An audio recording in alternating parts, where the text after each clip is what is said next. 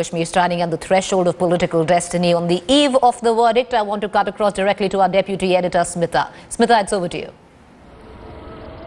Well, thank you so much and good evening to all our viewers. This is a special broadcast, of course, from Srinagar, which is freezing right now, but there is tremendous political heat. Remember, the election countdown has begun because counting for the 87 assembly seat elections will be held tomorrow.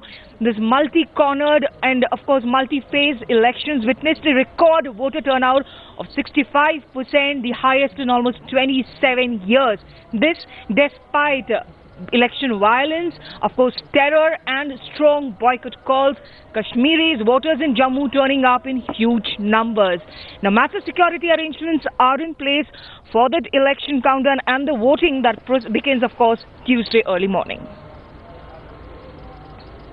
A day ahead of the big counting day in Jammu and Kashmir, most political parties were seeing in a mode of excitement and anxiousness. Almost all the leaders that have gone into the fray this time around are sitting put in Srinagar and are waiting for the 23rd of this month, that is tomorrow, when the Election Commission of India will conduct the counting for all phases of the polling in Jammu and Kashmir. Remember, this time around the polling has been phenomenal. A lot of excitement has been seen around elections from the electorate, with almost 66% polling happening in Jammu and Kashmir this time around. It will be a whole lot of expectations and aspirations towards the new government that will be formed. Just a few hours are left for the counting of the 87 assembly segments in the Jammu and Kashmir state. 28 centers have been set up for the counting of these votes in different districts of the state, particularly in the Srinagar district. The counting will take place here behind me in this Sher-e-Kashmir International Conference Complex. All the 8 assembly segments of the Srinagar, their votes will be counted here, and you can see how the security has been beefed up around each and every counting center, not only here in Srinagar but in other parts of the state. 28 centers are set, and tomorrow at 8 a.m. the counting will begin, and the experts and the officials associated with the counting process are saying that till midday tomorrow, it will be the clear who will be forming the next government or new government in the state of Jammu and Kashmir. So far we are seeing here on each and every counting center the elaborate security arrangements had been made. The officials who will be the part of the counting process are already reaching to the located counting centers, and tomorrow at 8 a.m. this counting will start despite the cold temperatures and severe cold wave here in Kashmir Valley.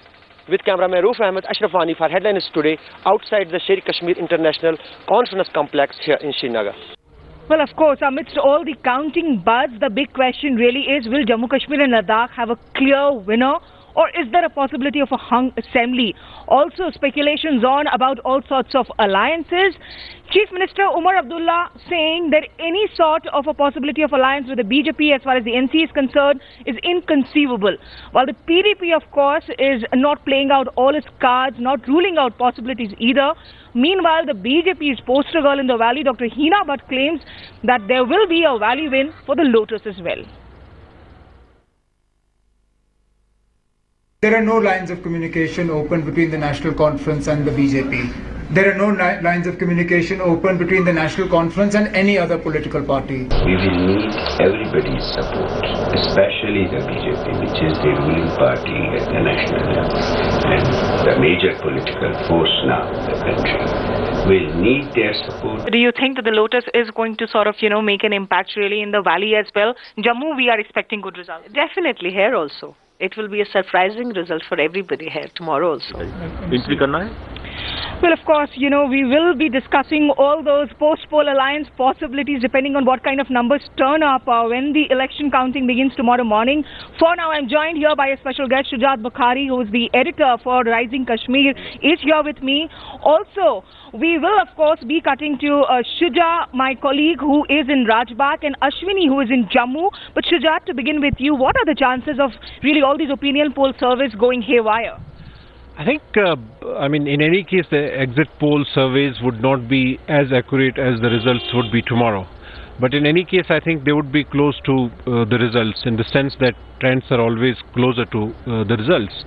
But obviously, I think there would be a situation where you could see that not a single party getting clear majority tomorrow. So is the hung assembly a real possibility here? I don't think that it would be hung in that sense. Hung would be that where no party would be in a position to cobble up a small number of seats. So I think in that case, if we go by the opinion exit polls, I think PDP is going to emerge as the single largest party. And the way Chief Minister Omar Abdullah today told us in a press conference that he would be surprised that if PDP doesn't get the majority on its own. That means that he also believes that PDP would be getting the major number of seats. You seem to suggest that Omar has already conceded defeat in a way. But Ashwini, if you could get us a sense, because we are hearing about all these possibilities, what are you learning really from Jammu? Is the BJP now looking at a post-poll alliance, lines of communication open with other major players? Yes, we have a report that BJP is getting number 2 party in the tomorrow's when the counting will start, and PDP will be number 1. And most of the BJP leaders, either they have flown to Delhi or they are going to Delhi by afternoon tomorrow, and I think everything will be settled there. And some of the PDP leaders, senior PDP leader, they have also reached Delhi for the alliance with any party. So these are the things. We have with us the Arun Gupta. He is the spokesman of the BJP. We'll just ask him what is their strategy. Mr. Gupta, what is your strategy about the forming of the government? Our strategy is that tomorrow we are, after the results are announced, we will definitely get the clear-cut mandate, and plus Mission 44, what we have been telling, we'll achieve that and we'll form the government here. But as per the opinion poll, you are not getting anything from Kashmir Valley. How it will be 44 plus? See, this is all speculative, but I'm sure you will find a very different results what will come tomorrow. Let's wait for tomorrow and see that how they happen. Sivita, we have Anil Dar also, is from National Conference. We'll ask him what is your strategy whether.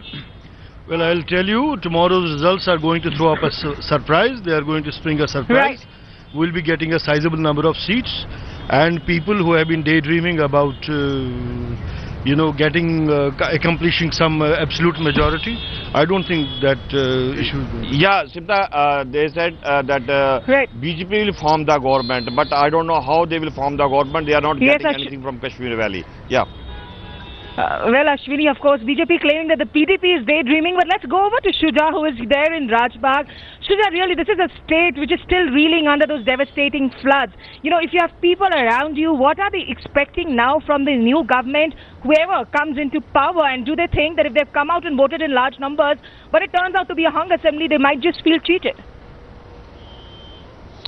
Well, Smita, in fact, I am right now located at one of the worst hit places. Rajbagh was worst hit in these devastating floods. And let me tell you, all through the day, wherever we have gone, wherever we have talked, where we've spoken to people and leaders as well, most of the people have high hopes and aspirations, particularly at this time when they already feel that a lot of time has been lost in this process of elections, when it comes to giving them the succor that they really wanted at this point of time in terms of relief and rehabilitation. That hasn't happened on the ground. It looks like a joke to a person when he receives a check of 4,000 rupees for a house which is completely or partially damaged, and he's not still been able to go back to his house to live there. So there are hopes, aspirations, and tremendous amount of that, and one can only hope that whatever comes in front of the people tomorrow, and whatever government, whatever form the government takes, it is able to sort of come clean in front of the people and their aspirations. Remember, this is a phenomenal voter turnout that we have seen this time around. It is a storm of expectations, and let's hope. We do understand, of course, those sentiments of all those affected by those floods, and in fact the rehabilitation work slowed down by the election process. Earlier in the day, in fact, I travelled to Anantnag and tried to get a sense of really, what voters are expecting, even as their leaders, of course, strike a confident pose for cameras.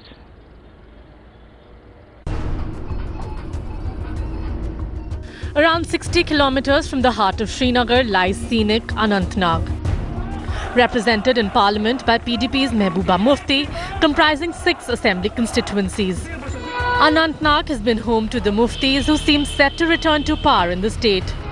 But this VVIP constituency can hardly boast of VVIP facilities.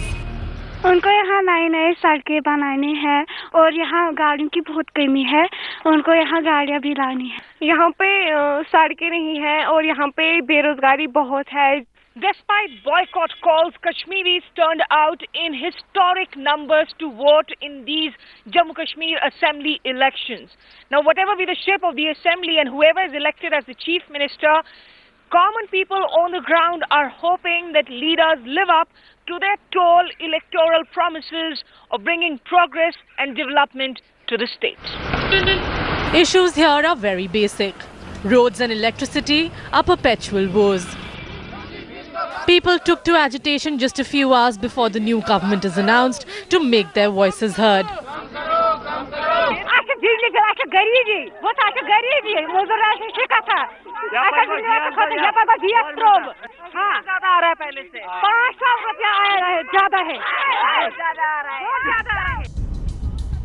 The recent floods in the valley, massive unemployment, poor infrastructure and obviously security.